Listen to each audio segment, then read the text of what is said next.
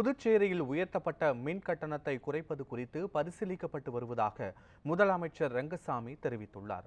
இது தொடர்பாக அவர் செய்தியாளர்களிடம் பேசியவற்றை சூப்பர் பைட்ஸ் பகுதியில் காணலாம்.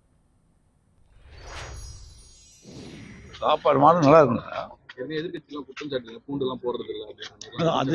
அது வந்து இருக்கு. இப்போ அதை பற்றி கேட்டுட்டு இருந்தோம். இருக்குது சில ஒரு நீங்கள் நம்ம வழக்கமாக சாப்பிட்றதுக்கு கொஞ்சம் வித்தியாசம் இருக்குது. அது ஒவ்வொரு இதுவும் ஒரு மாதிரி டேஸ்ட் இருக்கும். இவங்க வந்து நீங்கள் சொல்கிற மாதிரி பூண்டு இதெல்லாம் வெங்காயம் எல்லாம் கொஞ்சம் இல்லாமல் இருக்குதுன்றது ஒரு வித்தியாசமான டேஸ்ட் இருக்குது. பிள்ளைங்க பிடிச்சதானா பிடிச்சிக்குன்னு சொல்கிறாங்க.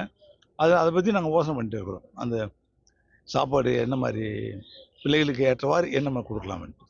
மின்கட்டண உயர்வு வந்து நம்ம நிறுத்தி வச்சிருந்தோம். இன்று முதல் வந்து மின்கட்டண உயர்வு மின்கட்டண உயர்வுன்றது வந்து நீங்கள் பார்த்தீங்கன்னா மின் வாங்கிறது, அதை இந்த டிரான்ஸ்மிஷன் லாஸஸ் அது மாதிரி வர்றதெல்லாம் சரி பண்ணி அந்த அத்தாரிட்டி இருக்காங்கல்ல,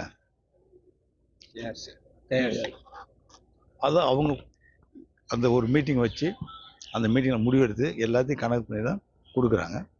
நம்முடைய மக்களுக்கு பாதிப்பு இல்லாத அளவிற்கு அதிக, அதாவது கட்டண சுமை அப்படின்னு சொல்லாத அளவிற்கு பார்த்துக்கொள்ளும்.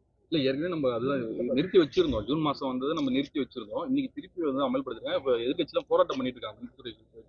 நிறுத்தணும், தற்காலிகமாக அதை மறுபடியும் நிறுத்தணும்னு சொல்லிட்டு அது அரசு பரிசீலனை எடுத்துக்கொள்ளும் எல்லாவற்றையும்.